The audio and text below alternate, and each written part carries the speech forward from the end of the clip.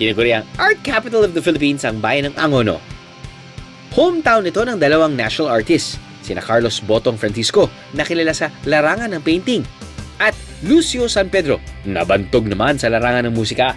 Sa bayan ng Angono, mamamalas ang iba't ibang uri ng art. Pero ang pinaka-ingrande na sigurong paraan ng pagpapakita ng mga taga-Angono ng kanilang pagiging malikain sa kanilang taunang Gigantes Festival, kung saan buhay na buhay ang mga kalye sa mga pumaparadang mga dambuhalang puppet. Ang mga higante sumisimbolo sa mga persona, hayop at bagay na malaki ang halaga sa bayan. Ngunit hindi lang mga higante ang pinagmamalaki sa Angono, pati na rin ang mga maliliit pero higante naman daw sa sarap na fried itik. Wow naman! Angono's Fried! Angono's Pride! Okay, nandito tayo ngayon sa... Saan ba tayo E. ngayon? Rodriguez. E. Rodriguez. Pag sinabi mo bang E. Rodriguez, isa sa mga... Itigan talaga to. Itikan. Itigan, ito yung talagang tapatan talaga ng mga nagtitinda talaga ng mga itik dito sa Angono Rizal. Bukod sa fried itik, makabibili rin dito ng laman loob ng itik. Si Erlene, meron na raw suki. Halata na parang talagang tambay ka na dito, no? Pumipila pa ako dito tuwing mga bandang alas 5 hanggang alas 8. Nakikipila pa talaga ako, umabot hanggang doon. Hanggang doon? Hanggang doon. Ah! Hindi ako pinapasingit ito ni ate. Ganun! Papa ng nanay ko to eh. Ay, di mo talaga ako pinapasingit. Mabibili ng 240 pesos ang isang buong fried itik, habang nasa 100 piso naman ang laman loob nito. Nay, pwede ba ako makitulong sa'yo?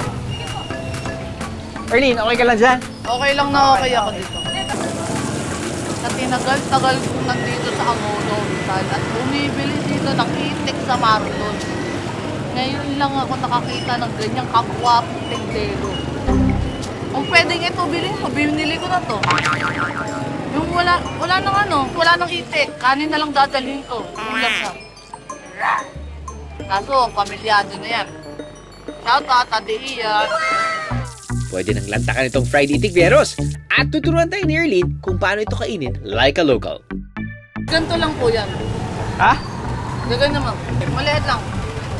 Maliit lang. Maliit lang! Maliit lang. Relax, relax. Dadakagan. Ba, okay ah. Okay yung style niyan ah. Chef, ganito kapit parang hindi natapon.